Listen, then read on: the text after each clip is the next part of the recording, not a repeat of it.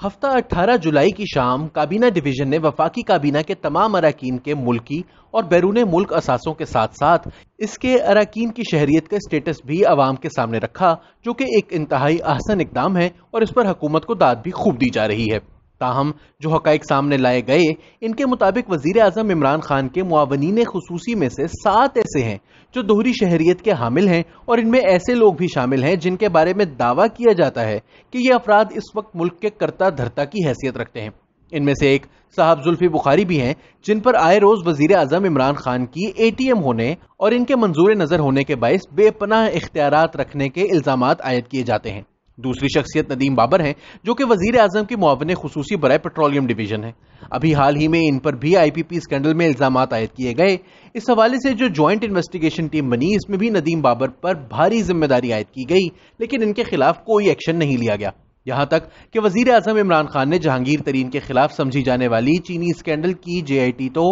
عوام کے سامنے رکھ دی، لیکن آئی پی پی اسکینڈل کی جے آئی ٹی آج تک وزیر اعظم ہاؤس کی کسی دراز میں بند ہے۔ بقول سینئر صحافی رؤوف کلاسرا کے اسد عمر تک کے پاس اس جے آئی ٹی کی کاپی موجود نہیں۔ اس کے علاوہ ندیم افضل گوندل، تانیہ ادریس، ڈاکٹر شہباز گل، موید یوسف بھی ان افراد میں شامل ہیں جن کے پاس یا تو دوہری شہریت ہے یا پھر یہ بیرون ملک کام کرنے کا پرمٹ رکھتے ہیں۔ اس حوالے سے سب سے زیادہ تنقید وزیر اعظم کے معاون خصوصی برائے اوورسیز پاکستانیز زلفی بخاری پر ہو رہی ہے، جن کے پاس نہ صرف برطانوی شہریت ہے بلکہ ان کا تمام کاروبار بھی برطانیہ میں ہی ہے، اور گزشتہ 2 سال سے حکومت کا حصہ ہونے کے باوجود وہ تاحال پاکستان میں ٹیکس فائل نہیں کرتے، اور سرکاری دستاویزات کے مطابق ان کا ٹیکس ریٹرنز فائل کرنے کا پورٹل اب تک غیر فعال ہے۔ اس حوالے سے جیو نیوز کے پروگرام میں شاہ زیب خانزادہ نے ان سے سوال کیا تو زلفی بخاری کا کہنا تھا کہ ان کو 2 سال کی چھوٹ ہے۔ شاہ زیب خانزادہ نے ان کی درستگی کرتے ہوئے بتایا کہ ان کے پاس 2 سال کی چھوٹ بیرون ملک موجود اپنے اثاثے ڈکلیئر کرنے کے حوالے سے ہے، لیکن پاکستان میں موجود تمام اثاثوں پر ٹیکس ریٹرنز فائل کرنے کی گنجائش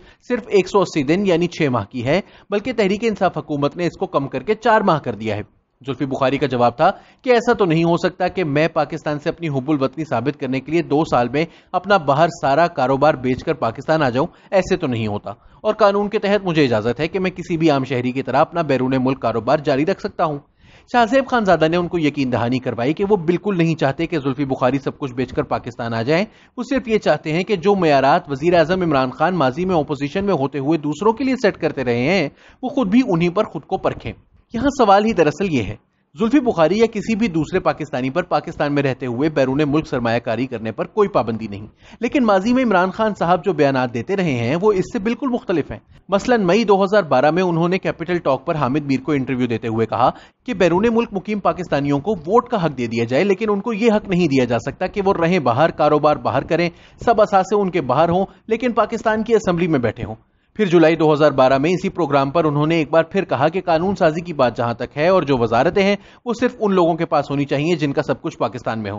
11 جولائی 2012 کو انہوں نے ایک پریس کانفرنس میں کہا کہ اگر دوہری شہریت رکھنے والوں کو ملک میں وزارتیں دی گئیں تو پھر یہی ہوگا کہ معین قریشی اور شوکت عزیز جیسے لوگ آ کر ملک پر حکومت کریں گے، اور جس دن وزارت عظمیٰ چھوڑیں گے واپس چلے جائیں گے۔ 14 جولائی کو انہوں نے کہا کہ یہ نہیں ہو سکتا کہ پاکستان کے اندر آپ بیٹھ کے پارلیمنٹ میں بھی آ جائیں، آپ وزیر بنیں، ملک کے فیصلے کریں اور آپ کی دوہری شہریت بھی ہو، یہ نہیں ہو سکتا۔ لیکن اب صورتحال یہ ہے کہ ان کی اپنی کابینہ میں 7 ایسے افراد ہیں جو یا تو دوہری شہریت رکھتے ہیں یا پھر باہر کام کر رہے ہیں، ان کے کاروبار ہیں، نوکریاں باہر ہیں، لیکن یہ بیٹھے پاکستان کی کابینہ میں ہوئے ہیں۔ یہاں یہ یاد رہے کہ عمران خان اور ان کی طرح دیگر افراد جو یہی سوچ رکھتے ہیں، ان کا استدلال یہ ہے کہ جو شخص باہر اثاثے رکھتا ہے وہ کمپرومائزڈ ہوگا اور اسے پاکستان میں فیصلہ سازی کی اجازت نہیں دی جا سکتی۔ یہی انہوں نے 2017 میں جب سابق وزیر اعظم نواز شریف پر پاناما کیس چل رہا تھا تو ان کے بچوں سے متعلق بھی کہا۔ جب نواز شریف کا اقامہ نکلا تو انہوں نے کہا کہ یہ لوگ باہر اقامے اس لیے رکھتے ہیں کیونکہ اسی چینل کے ذریعے یہ پاکستان سے پیسہ بیرون ملک بھیجتے ہیں، لہٰذا غیر ملکی اقامہ اگر منی لانڈرنگ کی دلیل کے طور پر استعمال ہو سکتا ہے